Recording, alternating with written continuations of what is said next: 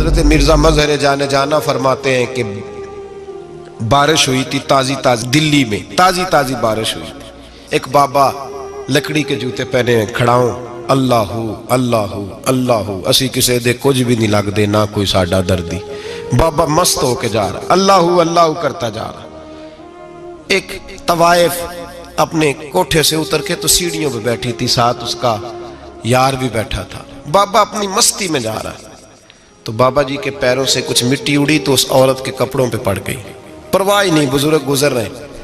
وہ یار اس کا دوڑا ہوا آیا، اس نے آ کر تھپڑ مارا، کا خیال نہیں سارے اس کے کپڑے آلودہ کر دیے، تو کدھر تیرا دماغ نہیں ٹھیک؟ بابا نے نظر اٹھائی، کہا بیٹے میں نے دیکھا نہیں، چل اللہ تیرا بھلا کرے، تو نے بدلہ لے لیا. بابا جی چپ کر کے وَإِذَا خَاطَبَهُمُ الْجَاهِلُونَ قَالُوا سَلَامًا، چپ کر کے گزر گئے.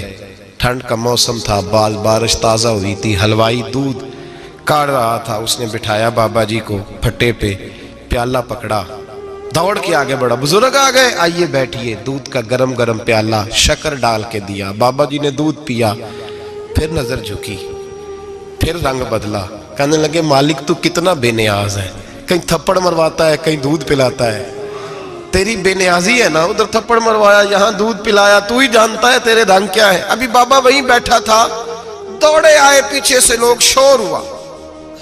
بابے کو دبوچ کے وہاں لے گئے جہاں اس نوجوان نے تھپڑ مارا تھا. کہا تو اللہ کا بندہ ہے، اللہ کے بندے بد دعا تو نہیں دیتے. ہوا کیا؟ کہا تو نے بد دعا دی ہے؟ کہا نہیں دی، بات بتاؤ. کہنے لگے اس نے تجھے تھپڑ مارا ہے، چھت پہ چڑھا ہے، پیر پھسلا ہے، گردن کے بل گرا، منکا ٹوٹ گیا، مر گیا ہے، تو نے بد دعا دی ہے. بابا جی کہنے لگے یار میں نے تو دوسرا لفظ بھی نہیں کہا، بھلا ہو کہہ کے گزرا ہوں، میں نے نہیں بد دعا دی. کہا تو نے دی ہے تبھی تو مر گیا. کہا نہیں دی. کہا بابا تو بزرگ آدمی ہے، سچ بول. تو بابا جی کہنے لگے سچ سنو. پھر میں آ رہا تھا، میرے پیروں سے مٹی اڑی، اس کے یار کے کپڑوں پہ پڑی، اسے برا لگا، اس نے مجھے مارا.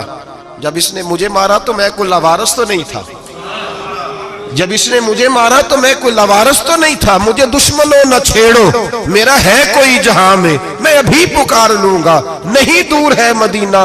اس نے مجھے مارا تو میں کوئی لاوارث تھا کہ میرا بدلہ کوئی نہ لیتا.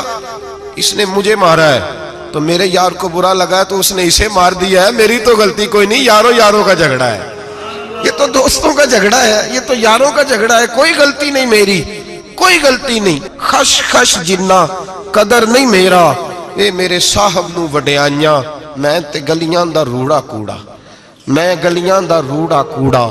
میں نو محل چڑھایا ہے سائیاں، میں نو محل چڑھایا ہے سائیاں. فرمایا اس نے مجھے لاوارث سمجھا تھا کہ تھپڑ مار کے گزر جائے، میرا کو پوچھے گا ہی نہیں. میرے رسول پاک علیہ السلام کے بارے میں رب فرماتا ہے ابھی میں تو تیرے ہوتے ہوئے کافر کو سزا نہیں دیتا کہ تو موجود ہے. یاد رکھیں حضرت فضیل بن عیاض فرماتے ہیں ایک جوان تھا، مسجد میں آیا، لوگوں سے کہنے لگا روٹی کھلاؤ. کسی نے توجہ نہ کی. اس نے کہا میں رب بتانے والا ہوں، میری طرف دیکھو تو صحیح. کسی شخص نے خیال ہی نہ کیا. پھر اس نے کہا یار تھوڑا سوچو. نمازیوں سے کہا، اہل علاقہ سے کہا، انہوں نے کہا تیری طرح کے بڑے درویش دیکھیں. مسجد کے محراب میں وہ رب کریم کا بندہ انتقال کر گیا. جب فوت ہو گیا نا، لوگوں کا مزاج ہے، بیمار کو دوائی نہیں دیتے، جنازے پہ وقت پہ پہنچ جاتے. جب کوئی گر رہا ہوتا ہے تو سہارا کوئی نہیں دیتا، جب کوئی گر جاتا ہے ٹانگ ٹوٹ جاتی ہے تو تیمارداری کو زمانہ پہنچ جاتا ہے. وہ بزرگ، وہ نوجوان اللہ کا نیک بندہ مسجد کے محراب میں فوت ہو گیا. حضرت فضیل ابن عیاض کہتے ہیں امام صاحب نے اعلان کیا چندہ دو، کوئی لاوارث فوت ہو گیا، کفن دینا. چندہ کٹھا ہوا، کفن خریدا، جنازہ پڑھا، عشاء کے بعد دفن کر کے آئے. فجر کی نماز کے لیے جب امام اور مؤذن مسجد میں آئے تو چیخیں مارنے لگے، تڑپنے لگے، دور دور تک آوازیں پھیل گئی. دنیا دوڑی آئی، کیا ہوا؟ کہنے لگے وہ جو تم نے کفن پہنایا تھا وہ یہاں پڑا ہوا ہے، اور دیکھو کفن پہ تحریر لکھی ہے. تحریر کیا ہے؟ عرش کے مالک نے فرمایا میرے دوست نے روٹی مانگی، تم نے دی نہیں. اس نے تمہیں میرے قریب کرنے کے لیے اپنی طرف توجہ کرائی، تم نے کی نہیں. اور میرا یار تمہارے کفن کا محتاج تھا، سنبھال کے رکھو اپنا کفن، میں نے اسے جنت کا لباس عطا فرما دیا.